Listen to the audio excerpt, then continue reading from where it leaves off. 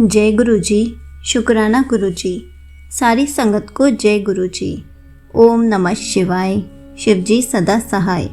ओम नमः शिवाय। गुरु जी सदा सहाय। शिव पुराण श्री रुद्र संहिता पंचम खंड का 44वां अध्याय। अंधक की अंधता। सनत कुमार जी बोले, हे व्यास जी, एक बार हिरण्याक्ष के पुत्र अंधक से उसके भाइयों ने मजाक उड़ाते हुए कहा, अंधक, तुम तो अंधे और कुरूप हो, भला तुम राज्य का क्या करोगे। दैत्यराज हिरण्याक्ष तो मूर्ख थे, जो भगवान शिव की इतनी कठोर तपस्या कर उन्हें प्रसन्न करके भी तुम जैसा कुरूप, नेत्रहीन और बेडौल पुत्र वरदान में प्राप्त किया। कभी दूसरे से प्राप्त पुत्र का भी पिता की संपत्ति पर अधिकार होता है, इसलिए इस राज्य के स्वामी हम ही हैं। तुम तो हमारे सेवक हो। अपने भाइयों के इस प्रकार के कटु वचनों को सुनकर अंधक निराश और उदास हो गया। रात के समय जब सब सो रहे थे तो वह अपने राजमहल को छोड़कर निर्जन, सुनसान और भयानक डरावने वन में चला गया। वहां उस सुनसान वन में जाकर उसने तपस्या आरंभ कर दी।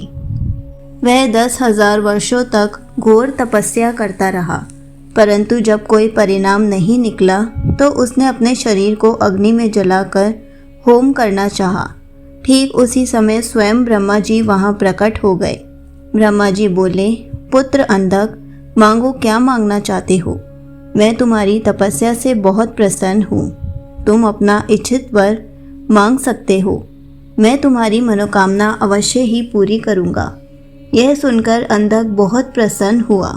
उसने हाथ जोड़कर ब्रह्मा जी की स्तुति की और बोला, हे कृपा निधान ब्रह्मा जी, यदि आप मुझ पर प्रसन्न होकर मुझे कोई वर देना चाहते हैं तो आप कुछ ऐसा करें कि मेरे निष्ठुर भाइयों ने जो मुझसे मेरा राज्य छीन लिया है वे सब मेरे अधीन हो जाएं, मेरे नेत्र ठीक हो जाएं, अर्थात मुझे दिव्य दृष्टि की प्राप्ति हो तथा मुझे कोई भी ना मार सके। वह देवता, गंधर्व, यक्ष, किन्नर, मनुष्य, नारायण अथवा स्वयं भगवान शिव ही क्यों ना हो। अंधक के इन वचनों को सुनकर ब्रह्मा जी बोले, हे अंधक, तुम्हारे द्वारा कही हुई दोनों बातों को मैं स्वीकार करता हूँ, परंतु इस संसार में कोई भी अजर अमर नहीं है। सभी को एक ना एक दिन काल का ग्रास बनना पड़ता है। मैं सिर्फ तुम्हारी इतनी मदद कर सकता हूँ कि जिस प्रकार की और जिसके हाथ से तुम चाहो अपनी मृत्यु प्राप्त कर सकते हो। तब ब्रह्मा जी के वचन सुनकर अंधक कुछ देर के लिए सोच में डूब गया। फिर बोला, हे प्रभु, तीनों कालों की उत्तम, मध्यम और नीच नारियों में से जो भी नारी सबकी जननी हो, सब में रत्न हो, जो सब मनुष्य के लिए दुर्लभ तथा शरीर व मन के लिए अगम्य है, उसको अपने सामने पाकर जब मेरे अंदर काम भावना उत्पन्न हो उसी समय मेरा नाश हो। इस प्रकार का वरदान सुनकर ब्रह्मा जी ने तथास्तु कहा और उससे बोले, दैत्येंद्र, तेरे सभी वचन अवश्य ही पूरे होंगे। अब तू जाकर अपना राज्य संभाल। ब्रह्मा जी के वचन सुनकर अंधक बोला, हे भगवान, अब मेरा शरीर इस लायक नहीं रहा कि मैं युद्ध कर सकूं। अब तो मेरे शरीर में सिर्फ नसें और हड्डियां ही बची हैं। अब मैं कैसे युद्ध कर पाऊंगा और अपनी शत्रु सेना को परास्त कर पाऊंगा। इस प्रकार के वचनों को सुनकर ब्रह्मा जी मुस्कुराए और उन्होंने अंधक के शरीर का स्पर्श किया। उनके स्पर्श करते ही अंधक का शरीर भरा पूरा हो गया। अब वह परम शक्तिशाली योद्धा जान पड़ता था, जिसके सामने अच्छे से अच्छा वीर भी ना टिक पाए। इस प्रकार अंधक को मनोवांछित वर देकर ब्रह्मा जी वहां से अंतर्धान हो गए। तत्पश्चात अंधक भी प्रसन्नता पूर्वक अपने घर की ओर चल दिया। जब अंधक ने अपने राज्य में प्रवेश किया तो यह जानकर कि अंधक को ब्रह्मा जी से वरदान प्राप्त हुआ है, सारे दानव उसके वश में होकर उसके दास बनकर रहने लगे। तब अंधक ने विचार किया कि हमें दैत्य साम्राज्य का विस्तार करना चाहिए और अपने घोर शत्रु देवताओं को पराजित करके उनके राज्य पर अपना अधिकार स्थापित कर लेना चाहिए। यह सोचकर दैत्यराज अंधक ने अपनी विशाल दैत्य सेना के साथ स्वर्ग लोक पर आक्रमण कर दिया और स्वर्ग पर अपना आधिपत्य जमाकर देवराज इंद्र को अपना बंधक बना लिया। तत्पश्चात उसने नागों, सुपर्णों, श्रेष्ठ राक्षसों, गंधर्वों, यक्षों, मनुष्यों, ऊंचे ऊंचे पर्वतों और भयानक वृक्षों और सिंहों को भी युद्ध में परास्त कर अपने अधीन कर लिया। अंधक मदांध होकर कुमार्गी हो गया।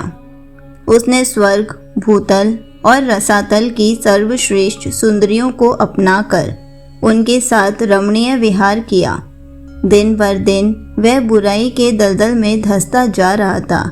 उसने वैदिक धर्म का पूर्णतया त्याग कर दिया था। एक दिन उसने दुर्योधन, वैदस और हस्ती नामक तीनों मंत्री उसके पास आए और बोले, हे दैत्येंद्र, हमने मंदराचल पर्वत की एक गुफा में एक मुनि को देखा है जो कि योग ध्यान में मग्न आंखें बंद करके बैठा है। उस रूपवान मुनि के मस्तक पर अर्धचंद्र, कमर में गजेंद्र की खाल बंधी है, सिर पर जटाजूट, गले में खोपड़ियों की माला तथा उसके शरीर पर बड़े भयानक सांप लिपटे हुए हैं। उस मुनि के एक हाथ में त्रिशूल, दूसरे हाथ में डमरू है। अपने गौर अंगों पर उसने भस्म लपेट रखी है। उस तपस्वी का वेश बड़ा ही अद्भुत है। साथ ही एक विकराल वानर अनेक आयुधों को धारण किए उस तपस्वी की रक्षा कर रहा है। वही उनके पास में एक सफ़ेद रंग का बैल बंधा हुआ है। उस तपस्वी के पास ही एक सुंदर रत्न स्वरूपा नारी बैठी है जो संपूर्ण शुभ लक्षणों से युक्त है। उसका रूप बड़ा मनोहारी है जो सभी के मन को मोह लेता है। उसने सुंदर मूंगे, मोती, मणियों और सोने के रत्न जड़ित आभूषणों को धारण किया हुआ है। वह इतनी रूपवती है कि जो उसे एक बार देख लेता है उसकी आंखों का होना सफल हो जाता है। उस परम सुंदरी को एक बार देख लेने के बाद संसार की अन्य किसी स्त्री को देखने की आवश्यकता ही नहीं पड़ेगी। स्वामी, आप इस त्रिलोक के अधिपति हैं। आपके पास इस संसार की सभी बहुमूल्य और अमूल्य धरोहर है। ऐसी परम सुंदरी रूपवती नारी को भी आपके अनमोल राज्य की शोभा बढ़ानी चाहिए। अतः आप हमारे साथ चलें और उस सुंदरी को यहाँ ले आएं। अपने वीर मंत्रियों के इस प्रकार के वचन सुनकर दैत्येंद्र अंधक बहुत प्रसन्न हुआ और उसके मन में उस सुंदर नारी को देखने की इच्छा बलवती हो गई। उसने अपने मंत्रियों को आदेश दिया कि तुम शीघ्र वहां जाकर उस तपस्वी से उसकी सुंदर स्त्री को मांगकर मेरे पास ले आओ। अपने स्वामी दैत्यराज अंधक की आज्ञा पाकर वे तीनों मंत्री पुनः उसी स्थान पर गए और भगवान शिव से बोले, हे महातपस्वी ब्राह्मण, हमारे स्वामी दैत्यराज अंधक आपकी भार्या की सुंदरता के विषय में जानकर उन पर मोहित हो गए हैं और उन्हें अपनी पटरानी बनाना चाहते हैं। आप सहर्ष उन्हें हमें सौंप दें। उनके ऐसे वचनों को सुनकर शिवजी को बहुत क्रोध आया, परंतु वे फिर भी सिर्फ इतना ही बोले, दैत्यों, ये मेरी भार्या है। ये स्वयं शक्ति संपन्न और सिद्धि रूपा है। देवी स्वयं अपने भक्तों के कष्टों को दूर करती है। आप अपनी परेशानी इन्हें बताइए, ये अवश्य ही आपके दुखों को दूर करेंगी। भगवान शिव के ये वचन सुनकर क्रोधित और मदांग दैत्य और कुछ ना बोले और वहां से वापस आ गए। तब दैत्यराज अंधक को उन्होंने वहां घटित हुई सारी बातें बढ़ा चढ़ा कर बताईं, जिन्हें सुनकर दैत्येंद्र का क्रोध 7वें आसमान पर चढ़ गया।